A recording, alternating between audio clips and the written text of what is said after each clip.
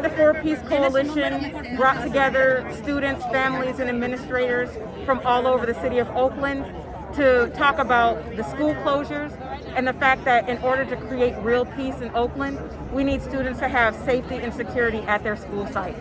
So I was honored to have organized this and to call all my folks to come out to hear the impacted families talk about what school closures mean to them, and to also listen to folks discuss about how we can be in community to support each other when these types of traumas come up, so that we don't have to live in cities that don't prioritize the people who made Oakland what it is.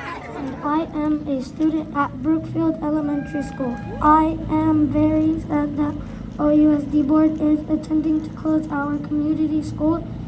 If Brookfield gets closed, it will be very difficult for me to walk or take the bus to another school because it's not safe. I have a lot of friends, and my favorite teacher is Miss Simba, and I went to this school since I was in TK, and I really love this school. I don't want any schools to close down, and I like brown. I don't want the brown and black school to close down. My son Max, he has a right to an education. Your children have a right to an education. My son has a right to a life of dignity. Your kids have a right to dignity. We have some staff over at Westlake. They're actually on a hunger strike. Maurice and Moses. They love their school and their kids so much that they're stepping up. So please give them a hand right quick. We want to send them love at Westlake. Maurice, Moses, we got you. We got you. We're going to fight for you. We're fighting for Westlake, Korematsu, Karl Munn. My name is Mike Hutchinson. I'm the OUSD School Board Director for District 5. We're out here at Prescott Elementary today, bringing the community together to make sure we're standing up to this awful plan that 5 school board directors have dropped on us to close our schools. So right now it's a real simple call. We need to change 2 votes from these 5 school board directors. So it is an all-out press to pressure the school board to vote no on Tuesday. We need, if you know school board directors, pick up the phone and call them. If you run into them at the store, jam them up. If you go to church with them, make sure you're sitting next to them tomorrow. This vote is happening on Tuesday. This is the craziest thing I've actually seen in a long time, because there is no reason, no justification for this to happen, especially in this small of a window. So after you've spent the next few days jamming up the school board, we then need everyone to be at the school board meeting, which is going to be on Zoom only, starting at 5 o'clock on Tuesday. We need a show of force. We had 2,000 people on the last one. We need more this time, so we stand up and tell the school board, no, you cannot close our schools. We will not accept those kinds of decisions. Hi, I'm Ben Tapscott, chairperson of the New Climates Committee. It's obvious that the district has a plan to close more black schools. They've closed 6 already in West Oakland. They've been trying to get McClymonds High School for the last 3 or 4 years. The alumni, the parents, the teachers, students, we've fought American Indian now 3 times. We do not have a money problem. We have 5 school board members that are racist, and they're trying to close all of the black schools and brown schools in Oakland, and we are going to strategize and plan to shut all the schools down. We have 2 schools at Oakland High and Oakland Tech doing it now. We're trying to contact the other 4 schools and telling them to join forces with the 2 schools, Oakland High and Oakland Tech. If they have children in the lower grades, we're requesting parents after the vote to keep their child home if they're a homemaker, or find a friend that will take their child if possible and keep them out of school. So the plan is to shut Oakland down and don't give up any of our schools, and make sure that the school board understands that they will not win this one. Keith Brown here, supporting West Oakland supporting the Prescott community. It's about for peace. And in order to have peace, we need to have quality public schools like Prescott. So when you're saying you're going to close a school like Prescott, that's violence against the community. That's unacceptable. We need to invest in public schools. We need to invest in peace for our community. My name is Sabir Lockett. I'm with CRC, Community Ready Corps, and For Peace Community Coalition. And we out here today, to continue to do the walks that we do and the cleanups that we do. Our whole purpose and agenda is to create a sense of togetherness and an environment of solidarity to stop the violence in our community. And when we heard about the plight of the teachers, the students, the parents, the schools, and all the stuff that's happening, trying to close 13 black schools in the city of Oakland, we was completely devastated and decided we wanted to open up our walk and our cleanup for peace to give voice to this very demanding call to action. You know what I'm saying? Basically, if you close 13 black schools in the city of Oakland, what you're doing is displacing thousands and thousands of families who would have otherwise stayed in Oakland, because this is an act of gentrification, this is an act of racism, and we want to stand in solidarity against those things. Hello, my name is Clarissa Dalford. I'm the Executive Director of Parent Voices Oakland. We're a parent-run, parent-led grassroots organization that advocates for affordable childcare. We are building power in the community for families with young children. We want to make sure that every child has a healthy start, that all of their families have the resources that they need.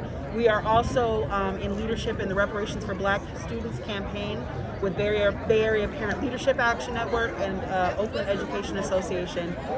And we're out here today to support stopping school closures. We've been here before, and we want to make sure that we build enough power in the community, and we're doing our part in organizing families with young children. We know that this property here, Prescott, has a child development center. There is up to 4 child development centers that serve our youngest learners, ages 0 to 5, and it's set to be closed. This 150-year-old institution that we know has historically served and been supported by the Black community in Oakland since the beginning, including, like I said, our babies, is at risk right now, and we're here to fight back against that. Good evening, Oakland. My name is Jessica Black. I'm the Black Sanctuary Director with the Black Organizing Project. Today we are here standing in solidarity with the Black Reparations Campaign.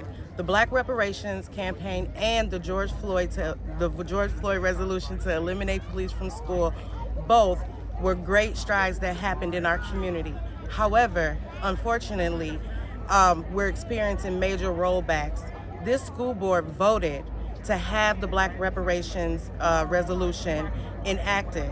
They actually signed on and made a commitment to do an equity impact analysis. And now they are taking that away by threatening to close our students' schools.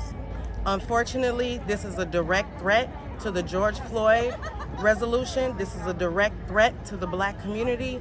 This is a direct threat to the brown community, and at this point in time we need to stand up and do something about it. So we are encouraging all people to make sure that you attend the February 8th school board meeting and tell your school board members to vote no to school closures. Thank you.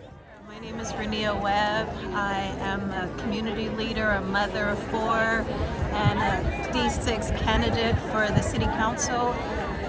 These school closures are unacceptable. It's an attack on our community, on our children of color, our future generations.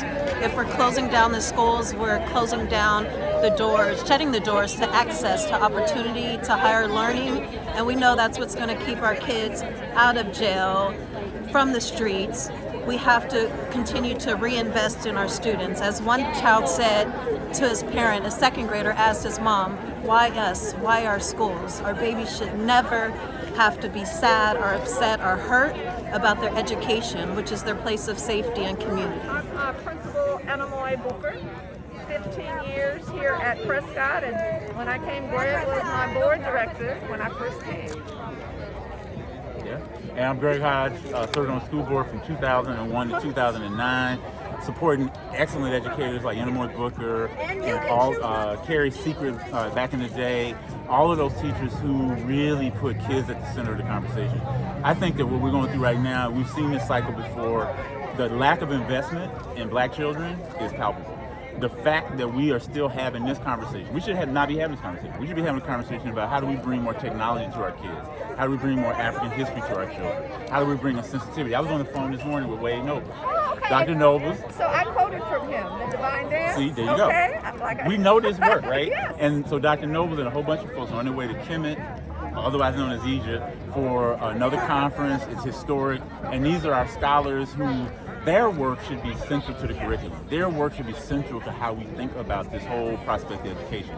So on days like today, where we got to organize on behalf of our children, on behalf of their parents, not the adults, not some of the other considerations that people have out here, but what are we doing for children? If we could ever put children at the center of this, we could get it right. But unfortunately, we let politics get in the way, we let greed get in the way, we let the gentrification of our minds and our property get in the way, and it's time for us to stand up and do what's right for our kids. So I'm here for that. I'm running for mayor to bring that same message to the mayoral piece. How we're using the Coliseum needs to be just embedded with investment.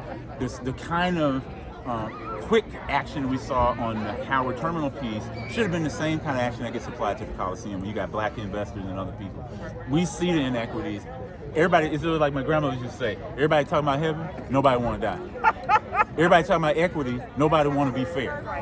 And this is the moment that we're in. So we appreciate all the work that the Post is doing, all of our educators around the community and our activists, all the people you see out here today.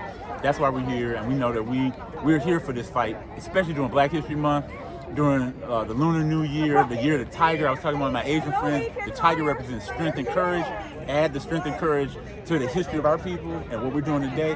We can't do anything but win. No closures for our school, full investments into our schools, our teachers, our facilities. The investment into community schools is even more critical right now. I can't imagine in a moment like this, in a crisis that we are facing, that we will pull the rug from under our schools, our students, our families, and leave them hanging in a place of despair, trying to understand how we are going to deliver on the educational gaps that are already before us. And so I'm fully supportive of the investments that are being called on. I'm fully supportive of us increasing investment in public education that helped raise me up. My mom is a public retired school teacher, and so the investment into the profession, into equipping our teachers with what they need, to having the income that they need, the housing that they need, our families having the investment that they need, the school systems having the investment that they need, the principals having the support that they need to help our students thrive is right now in this moment, and we will not miss it at this crossroads, not in COVID and not beyond COVID. And so, yes, we will stand supporting no closures with our OUSD schools and no closures in our flatland schools with the systemic racism that we have long endured. This is a time of action for our entire city to ensure that all of our students have what they deserve. Hi everybody, my name is Shane Tao. I currently represent District 4. I'm a council member here in the city of Oakland and a council president pro tem on the city council. I'm also a mayoral candidate. I'm here today at Prescott Elementary to join in with families in solidarity because they are trying to close our most populated black and brown schools here in the city of Oakland, and I'm here to stand in solidarity and say that is not going to happen. We have asked our families, our working families, our black families, our brown families, our poorest families over and over to give up more and more. We know that in these same communities, it lacks the resources for healthy foods and grocery stores. We know that in these same communities, when we're going through the pandemic, and we are currently under the pandemic, that there is lack of resources here in these communities. And yet we are asking them to close down their schools. It is appalling that we are asking that. And so this is why I'm standing here in solidarity to demand for the state, our state representatives, to come and bail out our kids, to save our kids, to save our families, because we need to do better by them.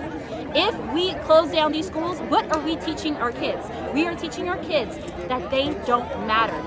We must invest in our future and in our kids, not divest from them, not defund them. We need to show them that they matter and that we hear them, we see them. And one way to do that It's very basic. Keep their schools open. This is a place where they have leaders that they look up to. They're mentors, a place where where our kids can come and feel safe and feel loved up on. We cannot take that away from the kids that need it the most. And so that's why I stand in solidarity with my council colleagues, Councilmember Fife, Council President Nikki Fortunato Bass, and Vice Mayor Rebecca Kaplan, and we wrote a resolution demanding that the state come to the rescue of our kids here in the city of Oakland and other cities across the state as well, because they're doing this across the whole state. And it's always in our Black, brown, and poorest communities. And it is appalling, and we need to make sure that we all stand in solidarity to make sure that if Wall Street could get bailed out, that our kids could get bailed out.